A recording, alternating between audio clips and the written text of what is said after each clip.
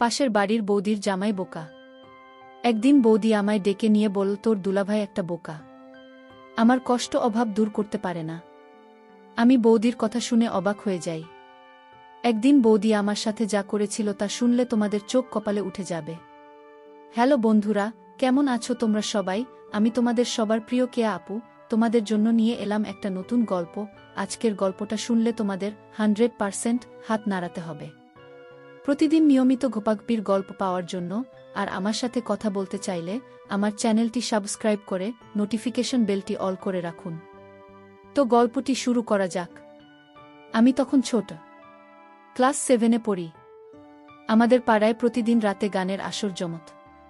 গ্রামে আমাদের আড্ডা গুরু নীরব ভাই। স্কুল না থাকলে সারাদিন তার ঘরে বসে থাকি আর মোবাইলে গান শুনি। আমাদের এলাকার রাজু ভাইয়ের বউ একটু অন্যরকম। গ্রামের ছনের ঘর ছিল জঙ্গলের সাথে। সে যদি ওর ভিতরে থাকত তো আমাদের গায়ে পানি দিয়েছি আমার। একদিন এভাবে যাবার সময় ভেতর থেকে পানির ছিটা দিয়ে বলে, জামাই কই যাও? বাড়িতে আসো, পিঠা খেয়ে যাও। আমি আসলে এসবের কিছুই তেমন বুঝি না। আমি ভাবিকে বললাম, কি পিঠা? আরে ভেতরে আসি না। আমি বোকার মতো ভেতরে যেতে চাইলে ভাবিকে দেখে আমি চমকে উঠি। ভাবি খিলখিল করে হাসতে থাকে আর আমায় বলল, শরম পাইছো? জঙ্গলের ভেতরে ক্রিকেট বল খুঁজতে থাকি। নীরব ভাই ক্রিকেটের বল এত জোরে মারছে এই জঙ্গলে আইসা পড়ছে। আর আমি ছোট হওয়াতে ওরা সবাই সবসময় আমার এই পাঠায় জঙ্গলের ভেতরে ক্রিকেট বল আনতে। কোনো মতে এদিন আর বল খুঁজে পাই না। রাজু ভাইয়ের বউ পিছন থেকে আমার উপর পানি ছুঁড়ে মারে। আমি চমকে উঠি, বলি, একটা ক্রিকেট বল দেখছে। সে বলে, বল আমার ঘরের চালের উপরে এসে পড়ছে, তাই আজ আর বল দিবে না। আমি বললাম, ভাবি আমার আর এখানে বল ফেলব না, আজকের মতো বলটা দিয়ে দাও। ভাবি বলল, ঠিক আছে বলটা ফেরত দেব, তবে একটা শর্ত আছে, যদি তুই আমার শর্ত রাখিস তাহলে বল দিতে পারি। আমি ভাবিকে বললাম, ভাবি আমি ছোট মানুষ, আমি কি তোমার দেওয়ার শর্ত পালন করতে পারবো? ভাবি বলল, পারবি, না পারলে আমি তোকে শিখিয়ে দেব। আমি ভাবিকে জিজ্ঞেস করলাম, ভাবি কি শর্ত বলো? এবার ভাবি বলল, এখন বলতে পারবো না, তুই বরং সন্ধ্যার পর আমাদের বাড়িতে আসিস, তখন সত্যটা বলবো। আর এখন যে বলটা নিয়ে যা। আমি ভাবতে লাগলাম, ভবিষ্যৎটা তো এখনই বলতে পারত, কিন্তু সন্ধ্যার পর বল কেন? ভাবের কথা শুনে আমি কিছুটা ভয় পেলাম। কি জানি বলে বসে তার কোনো হিসাব আছে? আমি ক্লাস 7-এ পড়লে কি হবে? আমার গঠন গাঠন একটু বল। অনেকে বিশ্বাসই করতে চায় না আমি ক্লাস 7-এ পড়ি। আমার 5 ফুট 5 ইঞ্চি উচ্চতা। পরের দিন আমি ভাবের কথা মতো সন্ধ্যার সময় তাদের বাড়িতে গেলাম। বাড়িটা একদম নীরব বাড়ি। আমি ভাবিকে বললাম, ভাবি তুমি আমাকে কিসের শর্ত দেবে বলেছিলে? আমি আজ তো আসলাম সেই শর্তটা শুনতে। ভাবি বলল, এটা কোনো শর্ত না রে, আমার দুঃখের গল্প। আমি যদি আমার গল্পটা তোর সাথে শেয়ার করি তাহলে তুই কি এর সমাধান দিতে পারবি? আমি বললাম, ভাবি আমি মানুষটা ছোট হতে পারি, কিন্তু আমার বিষয় তুমি জান না। আমি ছোট হলেও কোনো কাজে পর্যন্ত ব্যর্থ হয়নি। ভাবি তখন খুশি হয়ে বলল, সত্যি বলছিস তুই? আমি জানতাম তুই মাত্র 7-এ, পুলিশ কি বুঝবি তুই? ভাবি তুমি তোমার কষ্টের গল্পটা বল, আমি শুনতে চাই। আর যদি আমি গল্পটা শুনে তোমার সমস্যার সমাধান করে দিতে পারি তাহলে আমি জানি তুমি আমায় কোনোদিন ভুলতে পারবে না। এতটুকু বাচ্চা ছেলের সাহস দেখে আমি অবাক হয়ে গেলাম। এই বাচ্চা ছেলে আমাকে যেভাবে উৎসাহিত করেছে, আমি তার কথা শুনে অনেক খুশি হলাম। আর মনে মনে ভাবলাম, আমি ওকে দিয়ে এসব দূর করব, ওকে দিয়ে আমার সমস্যার সমাধান করিয়ে নিব। আমি ভাবিকে বললাম, ভাবি তুমি কি ভাবছো এমন করে? তোমার কষ্টের গল্পটা বলো, আমি শুনি। ভাবি তখন বলল, ঠিক আছে তাহলে শোন। তোর দুলাভাই একটা বোকা, আমার কোনো কথা সে রাখে না, সে আমার সাথে পারে না। প্রতিদিন রাতে ঘরে এসে ভাত খেয়ে মরার মতো ঘুমিয়ে পড়ে। আমার কোনো আবদার তো দুলাভাই রাখে না এবং পূরণ করতে পারে না। সে সবসময় আমার কাছ থেকে দূরে থাকে। আমি মানুষের সাথে আমার জীবনটা কাটানো খুব কষ্টের। উত্তর, দুলাভাই সবসময় প্রতিদিন বলে আমার শরীরটা আজ ভালো না। আচ্ছা তুই বলতো, এভাবে কি আর সংসার চলে? এই সংসারে আমি চলে যেতে চাই, কিন্তু আমার মা বাবা তো অসহায়, আমি তাদের কষ্ট দিতে চাই না। আমার বাবা যখন আমায় ফোন করে জিজ্ঞেস করে, কেমন আছিস মা, আমি তখন বুক ভরা কষ্ট নিয়ে বলি, ভালো আছি বাবা, কিন্তু আমার তো মনের ভিতর শান্তি নাই। আমি তো একটু সুখের ছোঁয়া পাই না এই সংসার থেকে। আর তাই আমার মা বাবাকে মিথ্যা সান্ত্বনা দিই যে আমি ভালো আছি। আচ্ছা তুই বলতো, একটা সংসারে মেয়েরা কি চায়? এই সংসারে আমি বেঁচে থেকেও যেন মরে আছি। উত্তর, দুলাভাই রে, কত করে বললাম কবিরাজ দেখাও, সে আমার কোনো কথাই কানে না। সে তার নিজের ইচ্ছা মতো চলাফেরা করে, আমার ভালো মন্দ কোনো খোঁজ খবর রাখে না। ভাবের কথা আমি খুব মনোযোগ সহকারে শুনছিলাম। ভাবির কথাগুলো শুনে আমি বুঝতে পারলাম ভাবি কিসের অভাব বোধ করছে। ভাবি আমাকে আরও বলল, তোর দুলাভাই সারাদিন বোকার মতো ঘোরাফেরা করে। অনেকদিন যাবৎ আমি ভালো খাবার খেতে পারছি না। ভাবে এই কথাটা শুনে আমার খুব কষ্ট হলো। ভাবি দেখতে অনেক সুন্দরী, এরকম বোকা একটা জামাইবাবুর কপালে জুটল। যাই হোক, আমি ভাবি সমস্ত কথা শুনে বুঝতে পারলাম এভাবেই সংসার সুখে নেই, বরং সুখের অভিনয় করে যাচ্ছে তার মা বাবাকে খুশি করার জন্য। আমি ভাবিকে বললাম, ভাবি তুমি কোনো চিন্তা করো না, আমি তোমার সকল সমস্যার সমাধান করে ফেলব, তুমি আমার প্রতি আস্থা রাখো। ভাবি আমার কথা শুনে বলল, তুই ছোট মানুষ, তুই কি বুঝলি আমার কষ্ট? তাও তোকে বললাম, কারণ আমি এমন কপাল নিয়ে জন্ম নিলাম, আমার কষ্টের কথা কাউকে বলতে পারেনি। আজ তোকে বললাম। আমি বললাম, ভাবি তুমি যখন আমার কাছে তোমার কষ্টের কথা বলেছ, আমি পারি আর না পারি চেষ্টা করে দেখতে পারি। এভাবেই খুশি হয়ে বলল, তোর আর কিছু করা লাগবে না। উত্তর মুখের কথা শুনে আমার মনটা শান্ত হয়ে গেল। আমিও ভাবের কথা শুনে আমি ভাবিকে বললাম, ভাবি তুমি কোনো চিন্তা করো না, আমি তোমার সুখের ব্যবস্থা করছি।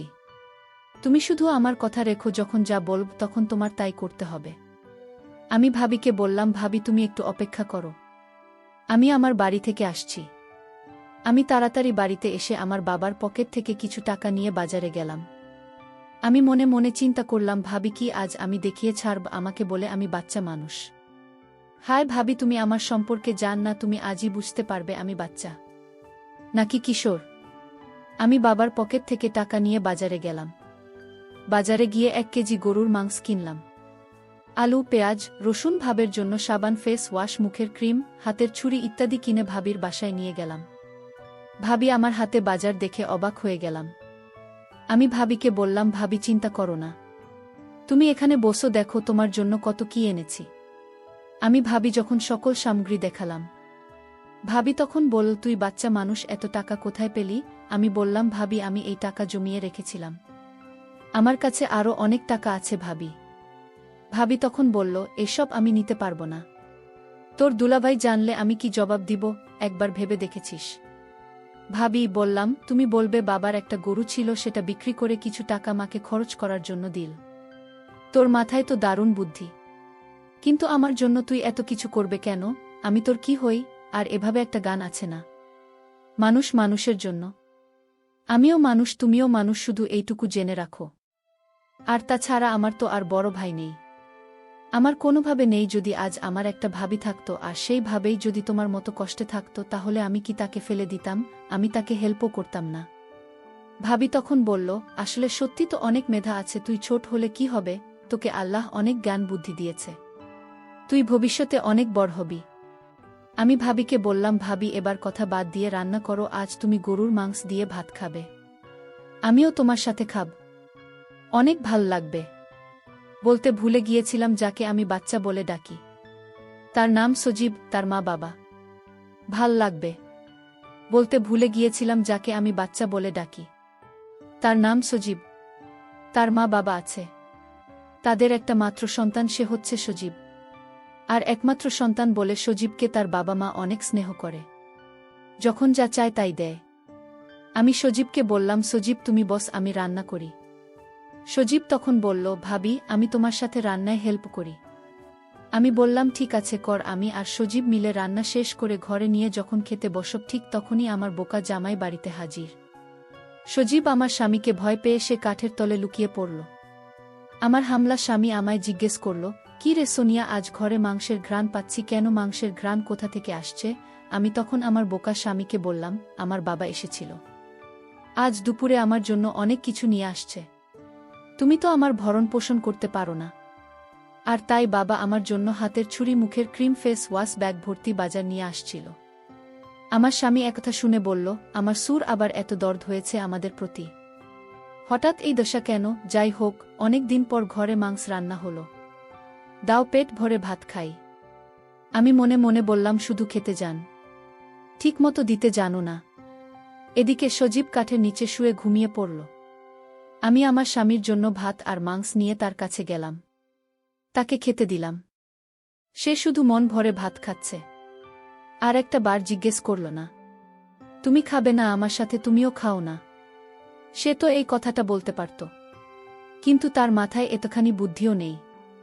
শুধু নিজের ভুলটা বুঝে আমার কষ্টটা একবারও জানতে চায়নি। যাই হোক, সে খেয়ে বিছানায় শুয়ে নাক ডেকে ঘুমাচ্ছিল। আমি তখন কাঠের নিচে সজীবকে বললাম, সজীব, সজীব তো দুলাভাই ঘুমিয়ে গেছে। দেখি সজীব ঘুমিয়ে পড়েছে। আমি তাকে হুঁশ করার জন্য একটু পানি ছিটিয়ে দিলাম।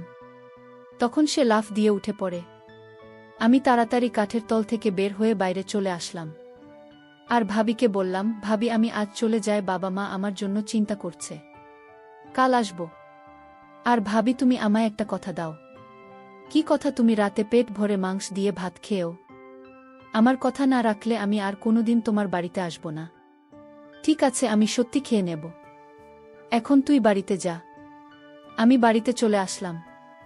রাতে শুয়ে শুয়ে শুধু ভাবের কথা চিন্তা করতে লাগলাম। আমার সারারাত অস্থির অস্থির লাগছিল। আমি কিছুতেই রাতে ঘুমাতে পারলাম না। আমি সিদ্ধান্ত নিলাম, যে করে হোক ভাবে সমস্ত কষ্ট দূর করতে হবে। আর দুলাভাই যা পারে না তা আমি করে দেখাব। ভাবের কোনো সন্তান নাই। বিয়ে হয়েছে 5 বছর হয়েছে, তাও তাদের কোনো সন্তান হয়নি। আমি সিদ্ধান্ত নিলাম, ভাবে কেইনকে আর রাখব না। আমি তাকে সমস্ত সমস্যার সমাধান করব। পরের দিন দুলাভাই গঞ্জে চলে গেল। আজ মনে হয় রাতে ফিরতে পারবে না। ফিরতে ফিরতে কাল সকাল নাগাদ হবে। আমি তাড়াতাড়ি ভাবির বাড়িতে গেলাম। গিয়ে দেখি ভাবি শুয়ে আছে। আমি ভাবি কি ডাক দিলাম, ভাবেই অবহেলা, শুয়ে আছো কেন? শরীর খারাপ নাকি? ভাবে বলল, আমার কোমরে প্রচুর ব্যথা হচ্ছে। আমার স্বামী এ পর্যন্ত আমাকে কোনো ওষুধ কিনে দেন নাই। আমি ভাবিকে বললাম, ভাবি, আমি তোমার জন্য ব্যথার ওষুধ নিয়ে আসি। ভাবি বলল, না, লাগবে না। আমি ভাবিকে বললাম, ভাবে, ট্যাবলেট না খেলে তো ব্যথা সারবে না। ভাবি, সজীব ভাই আমার, আজ আমি অসহায়, আমার পাশে কেউ নেই। আজকের কোমর ব্যথায় মনে হয় আমি মরে যাব। এই জন্যই তো বললাম ওসব নিয়ে আসি। ভাবি বলল, ওষুধ লাগবে না, তুই কোমরটা একটু মালিশ করে তাহলে ব্যথাটা কমে যাবে। আমি ভাবি এমন কথা শুনে আমার কেমন জানি লাগছিল। আমি বললাম, ভাবি, আমি পারব না মালিশ করতে, আমি বরং ডাক্তার নিয়ে আসে। ভাবি তখন আমায় বলল, আরে বোকা ছেলে, এই ব্যথা মালিশ ছাড়া কমবে না। তুইও তো ডাক্তার নিয়ে শুধু খরচ বাড়াবে। তুই একটু মালিশ করে দিলে ব্যথাটা কমে যাবে। আমি ভাবি ব্যথার কষ্ট দেখে আমি মালিশ করে দিলাম। 5 মিনিট পর ভাবি ব্যথা কমে যাওয়ায় ঘুমিয়ে গেল। আর আমার মনের আশা করে নিলাম। আর ভাবিও এটাই চেয়েছিল। আমি ছোট হলেও তা বুঝতে পারি। আমি যেদিন বল আনতে গিয়েছিলাম সেদিনই বুঝতে। এতদিন ঢাকায় ছিলাম। ভাবি আমাকে দেখে বলল, সজীব, তুই কেমন আছিস? ভালো। ভাবি, তুমি কেমন আছো? ভাবি, আমি ভাবি মুখে হাসি দেখতে পেলাম। আমি কোনোদিন ভাবিনি, এমন ভাবে হাসতে দেখিনি। ভাবি আমাকে ঘর থেকে একটা মিষ্টি নিয়ে এসে বলল, মিষ্টি খা। আমি বললাম, ভাবি, এটা কিসের মিষ্টি? ভাবি বলল, আমি মা হতে চলেছি। আমার আর কিছু বুঝতে বাকি রইল না। প্রিয় বন্ধুরা, গল্পটি ভালো লাগলে অবশ্যই কমেন্ট করে জানাবেন। আর নিয়মিত এমন আলাদা স্বাদের গল্প শুনতে ভিডিওটিতে লাইক এবং চ্যানেলটিকে সাবস্ক্রাইব করে সাথেই থাকুন। আর হ্যাঁ, নোটিফিকেশন বেলটি অল করে রাখবেন, যাতে পরবর্তী গল্প সবার প্রথমে আপনাদের কাছে পৌঁছে যায়। ধন্যবাদ বন্ধুরা। ধন্যবাদ সবাইকে।